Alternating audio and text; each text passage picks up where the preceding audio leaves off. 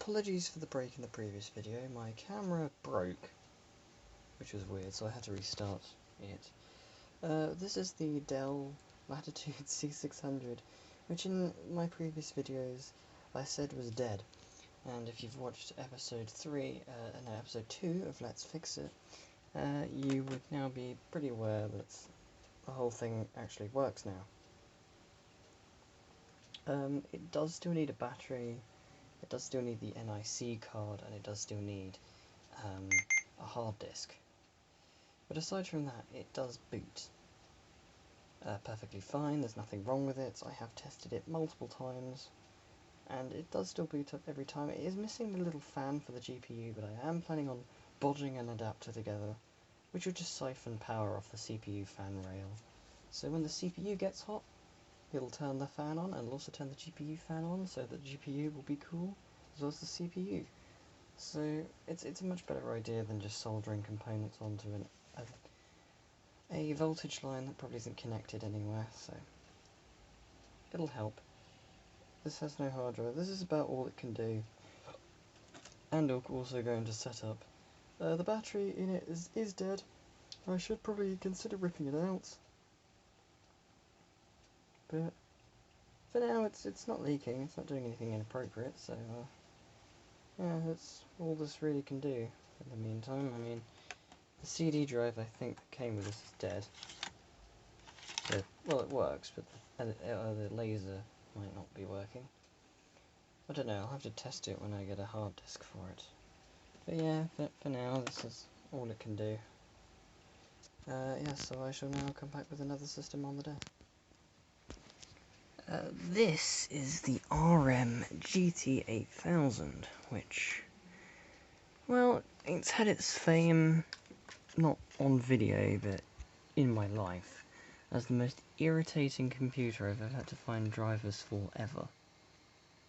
But thankfully, the world's worst operating system known to man actually helped with finding the drivers. Yes, ladies and gentlemen, Windows Millennium Edition fixed the RM. Which is odd, because I did read the user manual, which I found online somewhere, and it did mention something about hard disk and something about Windows Millennium Edition. I do want to somehow find the email notification light and get that to work somehow. And I want to find a way, if anyone can tell me how I can work these little shortcut buttons up top, because I don't have the driver that drives those.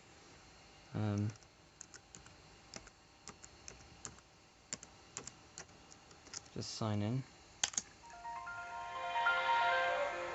Now the video in the phone view thing, it looks extremely jumpy, and I do hope this isn't the end result, because I'm going to have to end up reshooting the entire video. But I'm guessing as soon as I can finish the row of systems on the shelf and move along to the middle stack, I'll take a pit stop and do something with that. But let's open the properties on the computer here. As you can see, this is the system in question. It has a Pentium 3 processor, clocked at some unknown megahertz, and 128 megabytes of RAM. Windows Me. Very crap operating system, but nonetheless very good. This is my Doom machine. As you can see, the shortcut to Doom on the desktop. This is a very nice retro computer for playing Doom. I do plan to put Doom on some other computers. One computer I want in my collection, there's quite a few. Of course, some more vintage Macs, because, you know, some PowerBook G3, iBook G3, maybe some iBook G4s, maybe someone can help hook me up, trying to find a supplier for faulty and broken Macs. An A1237 MacBook Air, the original MacBook Air, most definitely. I would love one of those. I would like it to get a Panasonic Toughbook, and I have found one on eBay for like £5. It's in the worst condition possible, but I'm going to start a restoration series. That's going to be another episode of Let's Fix It, a restoration on the CF28 Toughbook. yes, I will be looking forward to that. And the last computer I badly want in my collection is some vintage Alienware, like a really thick, fat Pentium 4 Alienware machine. Maybe the M9700 Aurora or the D900T, which is a Clevo machine. I think they're clever. I think every Alienware before 2010 was a Clevo, and then they made the switch to Dell. Ooh. The RM does weigh a massive ton, has the most confusing display latch in existence, and has a composite port on the side. It has all the audio jacks one could need, Kensington slot, PC card, a slot-in hard drive without the annoying flat connector adapter thing that Dells use. So yes, that's the RM, also known as Research Machines, which is a British computer company, along with Viglens, Stone, Novatech, Evesham, however the flip you're supposed to pronounce their brand. A bunch of other British computer companies which are now all defunct. I think all of them are defunct, bar Viglen and Stone. And Novatech. Oh no, RM isn't defunct. Evesham's defunct. I don't know, yeah, pretty much Evesham's the only defunct one. Advent is still going. But yes, let's move on. This was actually a Samsung machine.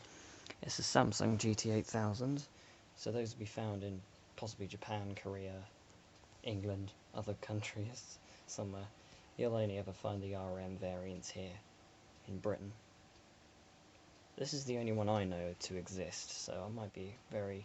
I've got a bunch of rare computers, so no biggie. So yes, let's move on to the next system on the desk before my battery runs out. This is a MacBook Air... No, MacBook Air? What the hell is this? No, it's a MacBook Pro A1285? It's a mid-2008 15-inch MacBook Pro, so it's not an A... I don't know. The model number has long since been rubbed off on the bottom of this. I'll probably have to look the serial number up on every Mac later, when I can be bothered.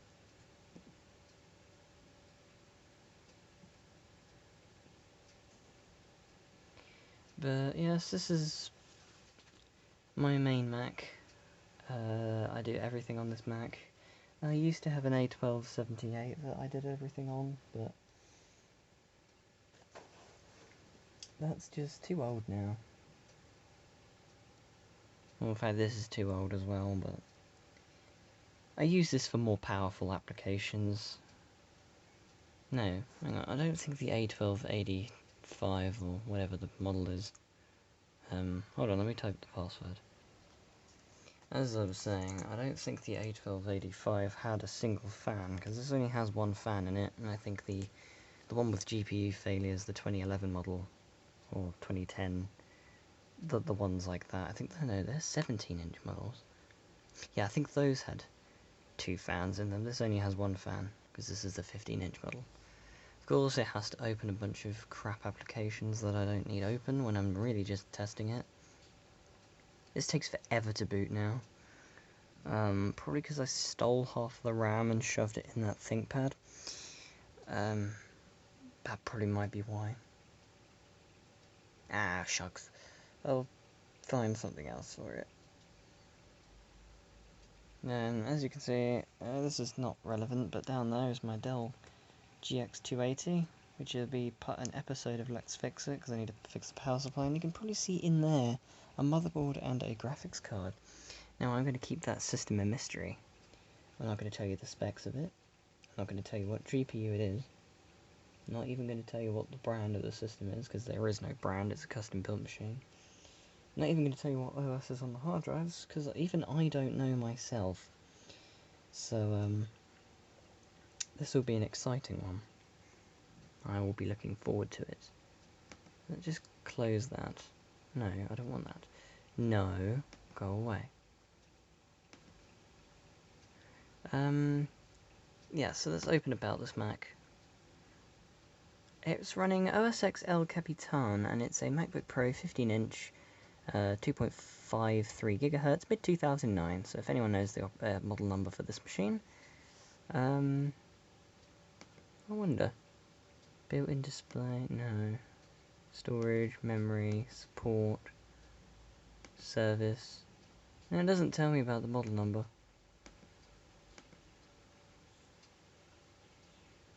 No. I know this is A12 something. A1280, maybe. We'll have to look that out. Someone might be able to tell me what the model number is in the comments. Please do, if you do know the model number of said mid-2008 MVP.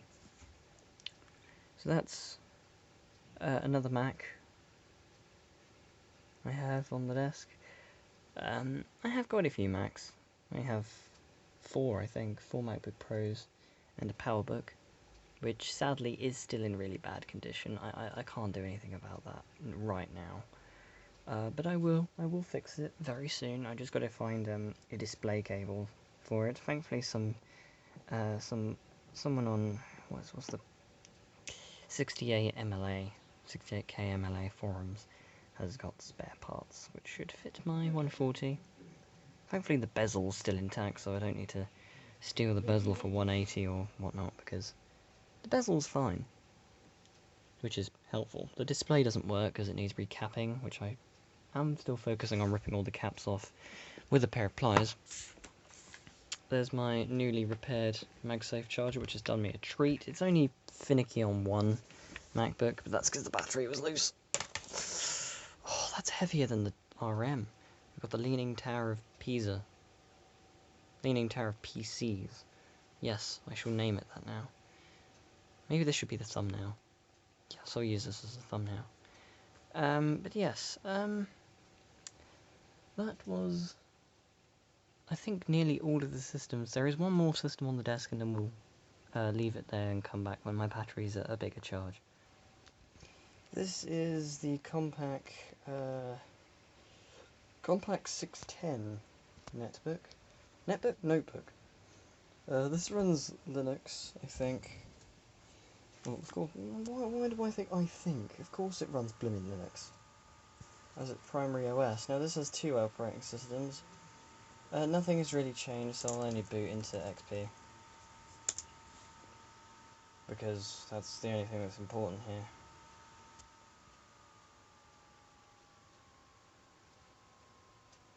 I've displayed Windows, what's it called? Ubuntu in a previous video, so if you want to see what that looks like, go check it out in the previous series. I'm really only being quick. Nothing has changed with this. I've used this like a grand total of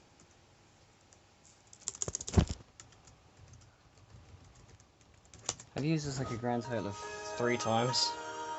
I only use Windows XP for SD card stuff. Nothing really has changed. I'll quickly pull up the properties for the system. That's all you need to know. It's Tiny XP Beast Edition, 3 gigs of RAM, physical address extension, whatever that means. And that's it. So I'm going to have to shut this down real quick because I'm running really low on battery. And that will be it for this is part 2 because part 1 failed abruptly. So part 3 will be checking out the middle row of systems. I'm trying not to make this multiple parts, but sadly my phone never works. So thanks for watching the second part of the laptop collection update, and I'll talk to you soon.